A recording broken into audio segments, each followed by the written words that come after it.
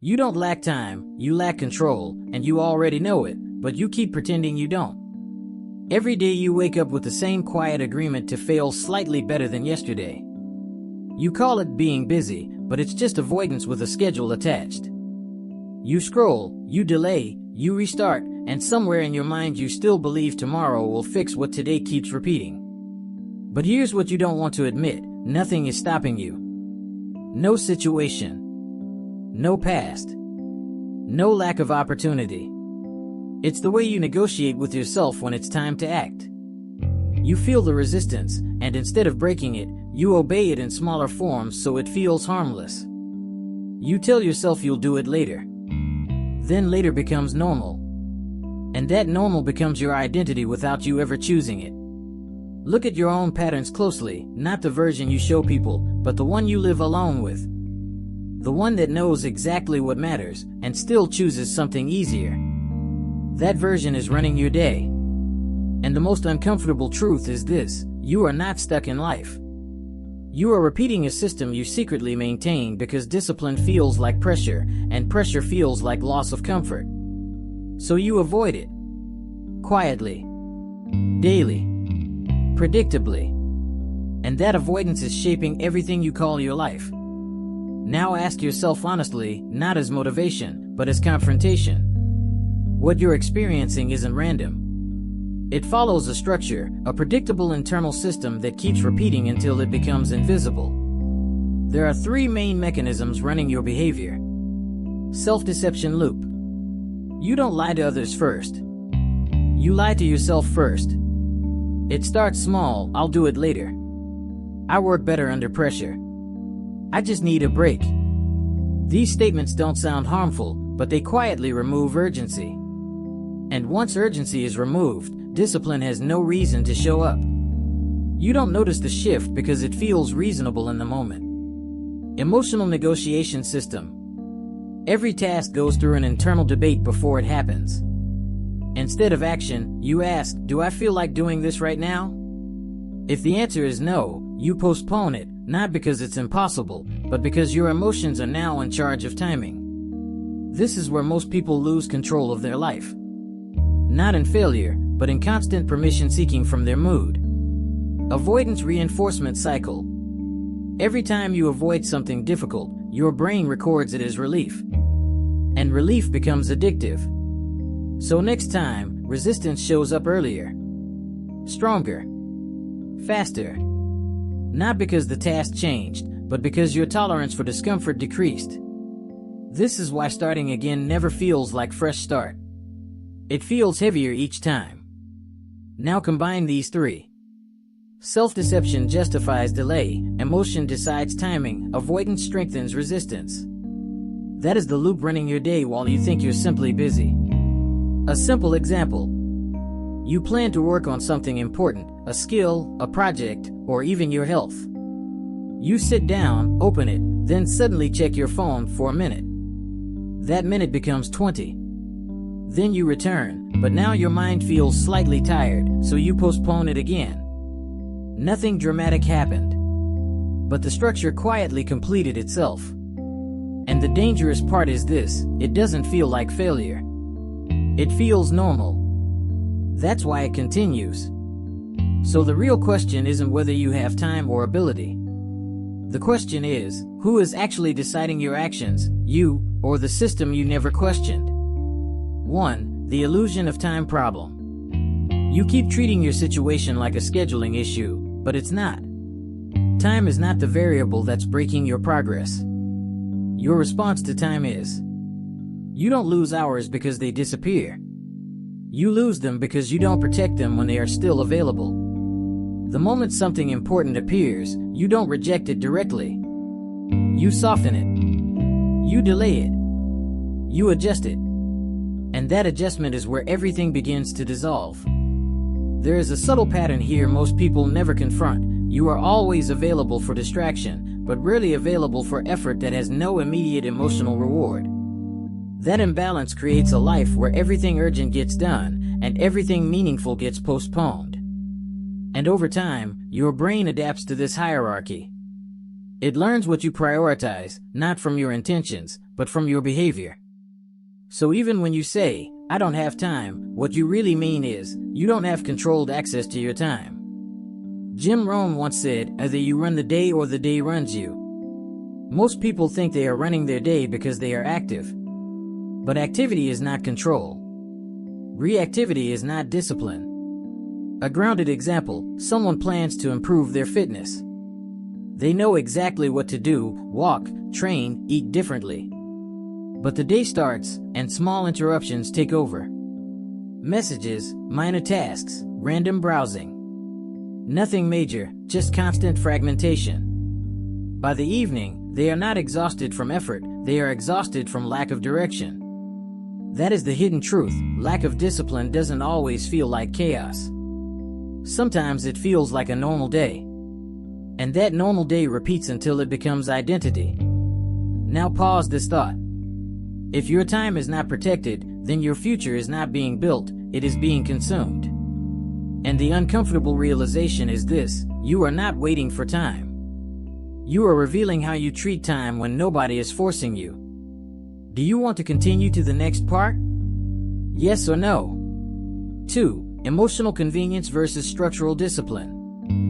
Most people don't fail because they don't know what to do. They fail because they keep choosing emotional convenience over structural discipline. Emotional convenience says, do what feels manageable right now. Structural discipline says, do what builds the person you want to become, regardless of how it feels. The gap between these two decisions is where your entire life is being shaped. Every time you choose comfort in a moment of resistance, you are not just avoiding a task, you are reinforcing a version of yourself that cannot handle friction. And that version becomes the default. This is why motivation fails so consistently. Motivation speaks to emotion. Discipline speaks to structure. And emotion always changes. Structure doesn't. A real-life scenario: you sit down to do focused work, but there's a slight discomfort. Not pain, just resistance. Instead of pushing through it, you prepare first. You clean your space. You check messages. You organize things that didn't need organizing. It looks productive, but it is actually emotional buffering. You are delaying friction, not removing it. And the longer you delay friction, the more powerful it becomes in your mind. At some point, starting becomes heavier than finishing. That is the reversal most people don't notice until years pass. Here's the critical point. You are not choosing between work and rest, you are choosing between discomfort now or increased resistance later. Every avoidance is a small loan taken against your future discipline. And that debt compounds silently. So the real problem is not inability. It is repeated emotional permission. Do you want to continue to the next part? Yes or no? 3. The identity lock-in effect. There is a point where behavior stops being something you do and starts becoming something you are. That is the identity lock-in. You don't wake up one day and decide, I am undisciplined. You arrive there through repetition that was too small to question. Each postponed action, each delayed decision, each avoided responsibility, none of them feels significant alone. But together, they form a pattern your mind starts to accept as normal me. And once something becomes normal me, it stops being questioned. This is why willpower feels ineffective. You are trying to use temporary effort against the long-term identity. A simple example: someone repeatedly tells themselves they are not a morning person. At first, it's just a phrase. But over time, it becomes behavior permission. They stop trying. They stop adjusting. They stop questioning. The label becomes a boundary. And most people don't realize they are building their own limits through language. Your actions don't just reflect your identity, they confirm it back to you. So every time you avoid discipline, you are not just losing progress. You are reinforcing a belief about who you are. And that belief quietly dictates future decisions. This is the point where people get stuck for years. Not because they lack ambition, but because their identity is already speaking louder than their goals. And here's the uncomfortable truth. You don't need more information. You already know enough. What you need is interruption of identity repetition. Because if nothing interrupts it, your current behavior will keep proving your current identity correct. And that is how a loop becomes a life. Do you want to continue to the next part? Yes or no? 4. Discipline as resistance training. Discipline is not a personality trait. It is resistance training against your automatic self. Every time you do something you resist, you weaken the reflex that says avoid. And every time you obey resistance, you strengthen it. This is not abstract. It is mechanical. Your brain is constantly learning one thing. What you consistently allow becomes your default. So discipline is not about intensity. It is about repetition under discomfort.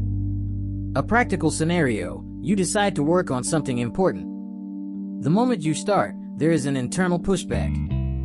You feel slightly distracted, slightly restless. Most people interpret that as a signal to stop. But in reality, that moment is the training point.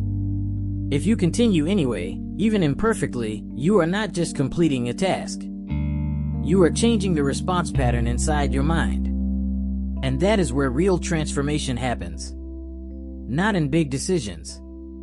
In repeated moments where you do not negotiate. This is also why discipline feels heavy at first. You are not just doing work, you are breaking a habit of avoidance that has been reinforced for years. But here is the quiet shift: once resistance is repeatedly ignored, it loses authority. It still appears, but it no longer decides. And that is the beginning of control. At this point, the problem is no longer unclear. It is not hidden behind lack of knowledge or lack of opportunity. It is visible.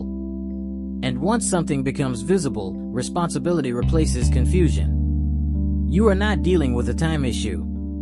You are dealing with a consistency issue that has already formed an identity layer. Most people misunderstand discipline as effort. They think it is something you apply when you feel motivated or when circumstances demand it. But discipline is not a reaction. It is a default. And a default is built through repetition, not intensity. Every small moment where you chose comfort over structure didn't feel important at the time. That is exactly why it became powerful. Because identity is not shaped in big decisions, it is shaped in unexamined ones. Now the equation becomes simple. Behavior, repetition, identity, life outcome. Your current life is not a starting point. It is a reflection of accumulated choices that no longer feel like choices. This is where responsibility becomes unavoidable. Not in a guilt-driven way, but in a clear structural way. Because if your behavior built your current state, then waiting for external change is just another form of avoidance. Discipline, in this context, is not about becoming stronger.